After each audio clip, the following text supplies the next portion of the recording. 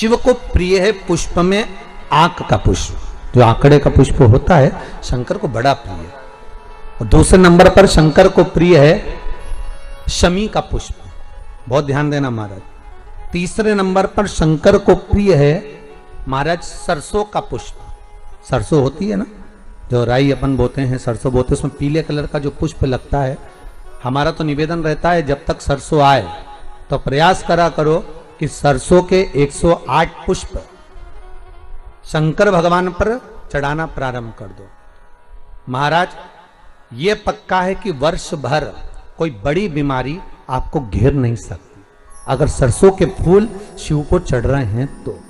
और प्रयास करना कि सरसों का जो पुष्प होता है, सरसों का जो फूल होता है महाराज, अगर कोई व्यक्ति को किडनी या लीवर से जुड़ी हुई कोई तकलीफ होती है या किसी व्यक्ति का एक्सीडेंट हो गया होता है और उसका कोई अंग रह गया हो, कोई शरीर का कोई भाग रह गया और वो काम नहीं कर रहा हो, जैसे किसी के पांव रह जाते हैं एक्सीडेंट के बाद, किसी का हाथ रह जाता है, या कोई अंग काम नहीं कर रहा हो, वहां ब्लड पहुंच नहीं रहा हो, वो जगह एकदम सुन्न हो गई हो, खाली पड़ गई हो, तो उसके लिए शिव महापुराण की कथा कहती है कि सरसों के पुष्प 11 शंकर जी के राइट भाग में, जहां शिव जी के गण दरवाजे के द्वारपाल मणिभद्र जिस जगह पर निवास करते हैं, कौन निवास करते हैं? मणिभद्र। शंकर जी के दरवाजे के द्वारपाल हैं मणिभद्र जी। तो मणिभद्र दरवाजे के द्वारपाल में राइट भाग में मणिभद्र जी विराजते हैं। मतलब राइट भाग कौन सा हुआ? जब आप मंदिर से बाहर निकलेंगे तो राइट भाग, मंदिर में प्रवेश करेंगे जब राइट नहीं होना चाहिए, आप मंदिर से जब जाएं तो राइट भाग। मतलब आप मंदिर से राइट से जाएंगे तो शंकर जी का भी राइट हो जाएगा, क्योंकि शिव जी ऐसे बैठे हैं तो शंकर जी का भी राइट हो गया, देवता उनका भी राइट हो गया, तो राइट भाग सीधा हाथ मणिभद्र जी का स्थान।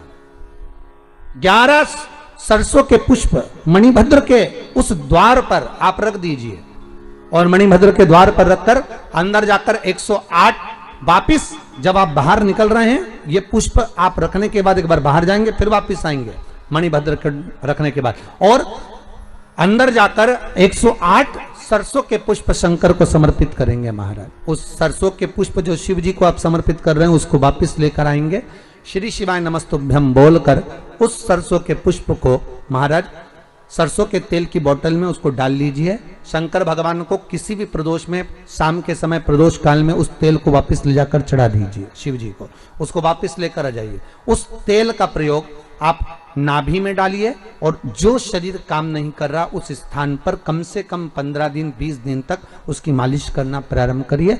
बाबा चाहेगा तो चलाने का प्रयास कर देगा और वो अंग, वो शरीर काम करने लगेगा।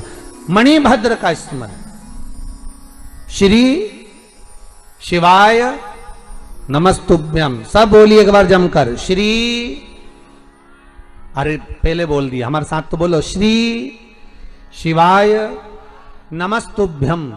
भगवान शिव के मंत्र का स्मरण कर कर करते